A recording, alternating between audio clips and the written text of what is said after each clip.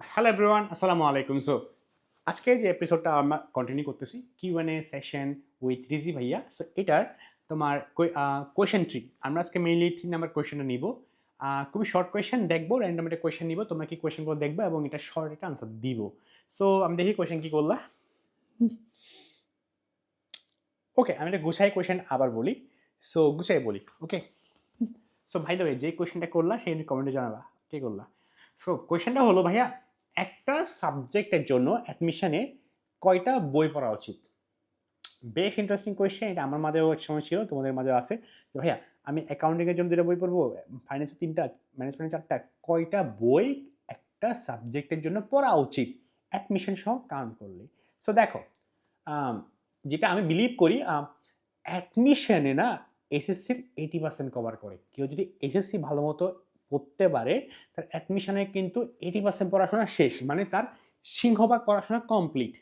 এখন তার বাকি 20% কমপ্লিট করতে হবে। তাইলে দেখো, অ্যাকাউন্টিংয়ের জন্য কি করবা, মাথায় রাখবা 2-3টা ম্যাটার করে না। প্রথম কাম, তোমার যেটা মেইন বই, তোমার যেটা অ্যাকাউন্টিংয়ে এসএসসির বেসমেন্ট আছে, ওটা শেষ করা। ওটা যে কোনো ওয়েতে ওই সিলেবাস শেষ করা। ওই সিলেবাস তোমার যতটা বই লাগে লাগুক, ওই সিলেবাস মানে ওই চ্যাপ্টারগুলো কমপ্লিটলি শেষ করা এসএসসির জন্য, তাহলে শেষ।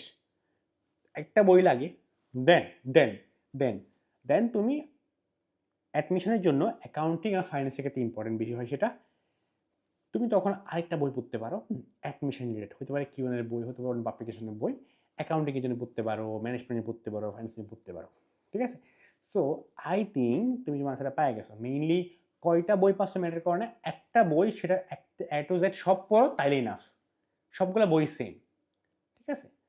বাকি 20 নাম্বার না পাওয়ার জন্য চান্স হবে না, চান্স হবে না 80 নাম্বার না পাওয়ার কারণে। সো এসএসসি পড়াশোনাটা ঠিক মতো করো, একটা বই এনাফ, বাট শেষ পর্যন্ত পড়ো, এটাই। আল্লাহ হাফেজ, টাটা। দেখা হচ্ছে পরবর্তী কোনো ভিডিওতে।